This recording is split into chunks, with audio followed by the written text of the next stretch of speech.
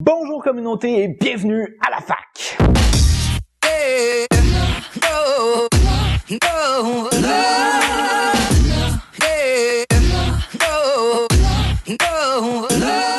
Alors communauté, aujourd'hui j'aimerais ça répondre aux questions d'une abonnée qui s'appelle Sylvie Lopez. Madame Lopez m'avait posé une série de questions sur la politique canadienne et là je vais répondre à quelques-unes de vos questions et avec la limite de mes connaissances et de ma mémoire également. Alors j'espère que ça va assouvir votre curiosité. Vous me posiez entre autres la question, j'ai entendu qu'au Canada le nationalisme était de plus en plus présent. Alors la raison pour laquelle vous avez entendu ça, c'est fort probablement parce que le gouvernement conservateur investit de plus en plus d'argent au niveau de la propagande dite nationaliste. Alors ce que le gouvernement conservateur en place en ce moment tente de faire, c'est justement de bâtir un nationalisme très clair pour ce qui est de l'identité canadienne. Alors, ce serait vraiment très long à expliquer. Par contre, ce que je dois vous dire, c'est que le nationalisme canadien est pas très clair parce que l'identité canadienne n'est pas très claire non plus. Au Canada, on n'a jamais eu de grande révolution où on a tranché la tête des rois ou sinon on a fait une guerre pour l'indépendance. Au Canada, on a obtenu notre indépendance par l'essoufflement de la couronne britannique, puis on n'a jamais chassé la monarchie. On vit encore dans une monarchie constitutionnelle parlementaire. Fait que c'est ce qui fait que l'identité canadienne n'étant pas très clair, on a tenté effectivement, le gouvernement conservateur,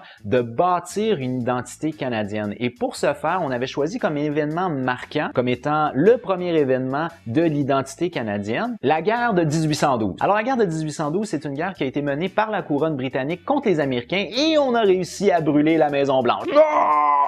Mis à part ça, la guerre de 1812, c'est une guerre qui a été remportée essentiellement par la couronne britannique contre les Américains, mais pas vraiment par les Canadiens. Alors, on peut pas vraiment dire que la guerre de 1812 a été un très bon événement à choisir comme étant le premier événement pour forger l'identité canadienne. Est-ce que le nationalisme canadien est plus présent au niveau de la population? Moi, je serais porté à vous dire que non. Vous m'avez posé la question également, avez-vous des connaissances au niveau de l'extraction pétrolifère et des OGM? Eh bien, non.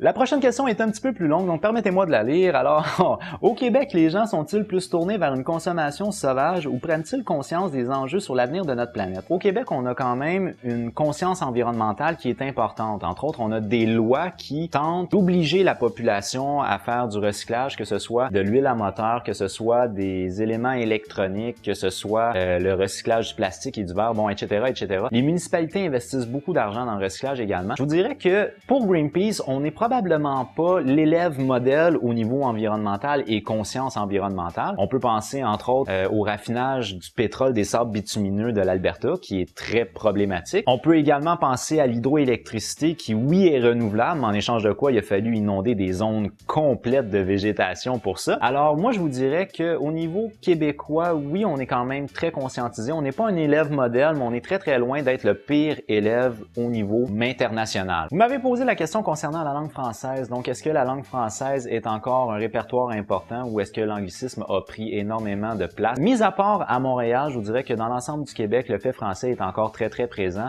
et on tente du mieux qu'on peut vraiment de défendre notre langue. Et je pense qu'on réussit plutôt bien de manière générale. Il y a beaucoup de lois qui vont tenter de protéger justement la langue française. Alors, mis à part peut-être à Montréal, moi je dirais que dans l'ensemble du Québec, le fait francophone est encore très fort et très important. À Montréal, c'est vrai que dans le centre-ville, il y a des endroits où c'est plus difficile de se faire servir en français et non l'anglicisme n'a pas pris toute la place. Maintenant, je vous dirais que la nouvelle génération, les nouvelles générations ont tendance à être très bilingues. Donc, ils vont parler à la fois le français et l'anglais. Est-ce que ça veut dire qu'éventuellement, on parlera plus du tout le français ou est-ce que ça veut juste dire qu'on va avoir une tendance bilingue pour toujours? J'en ai aucune idée. Maintenant, pour votre dernière question, vous me posez une question sur les Indiens au Canada, puis est-ce qu'ils ont de la difficulté à trouver leur place au niveau de la Fédération canadienne? Première des choses, au Canada, on appelle ça les Premières Nations et ce ne sont pas des Indiens, mais bien des Autochtones. Alors, les Autochtones des Premières Nations, selon moi, ont vraiment une vie qui est très difficile. Mais c'est vraiment du cas par cas. Il y a des réserves qui sont très proches de villes importantes. Donc, à ce moment-là, eux ont peut-être un petit peu plus de facilité à s'intégrer. Entre autres, ils peuvent faire du commerce avec ces villes-là. Tandis qu'il y a d'autres réserves, comme celles qui sont dans le Grand Nord, qui sont très éloignées. Et pour eux, c'est très